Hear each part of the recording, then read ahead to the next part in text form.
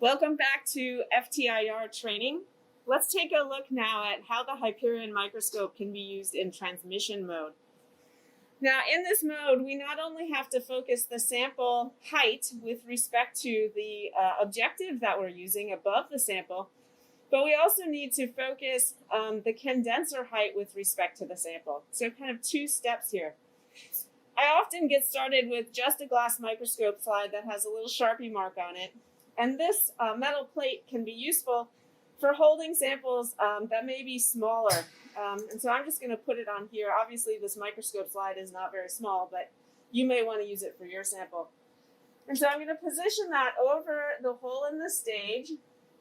And I'm also going to double check that I'm in transmission mode and I've selected visible light.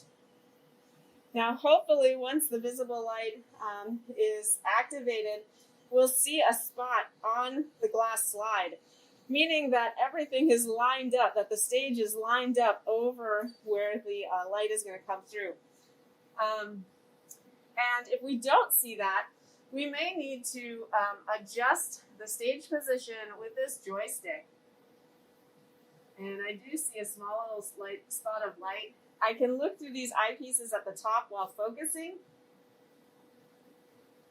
just to double check everything is in focus. So that sets the right height between our sample and the objective above it. But now we need to control the height of the condenser with respect to the sample. And what we want to do here is we want to put an aperture in place that's going to help us focus. The setting for that aperture is underneath the stage. You will not be able to see it from your vantage point here, but it's all the way in the back. There are two circles and two arrows, an arrow pointing towards a small circle and an arrow pointing towards a large circle.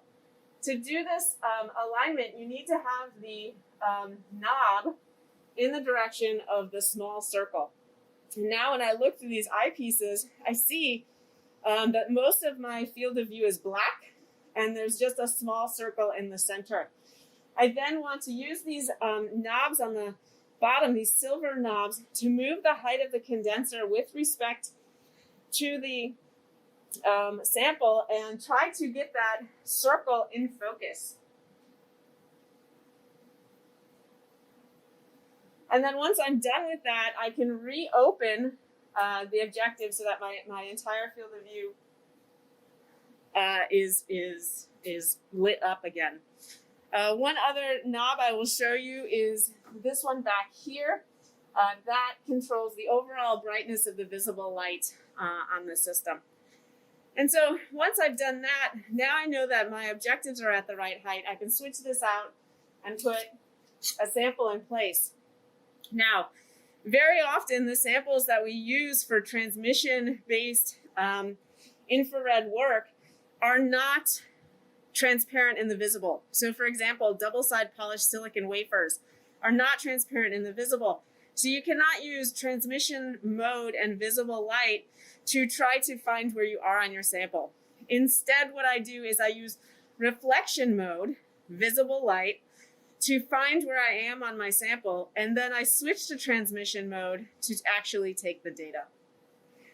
Now, once I'm in focus, I can use the knife edges on the side, you can see them over here, to control the spot size that I'm collecting data from. This will be very much dependent on the sample that you're looking at.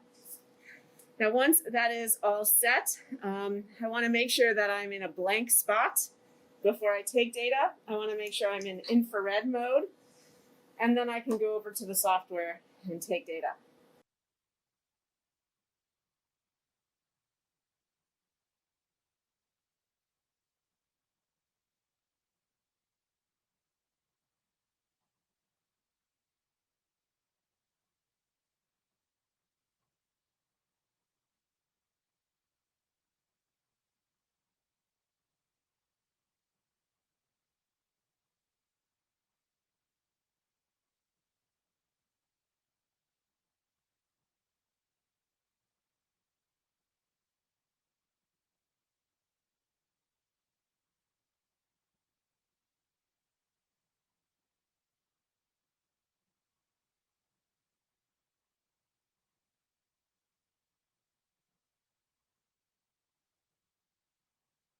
something that can be useful while using the Hyperion is the joystick to move the stage.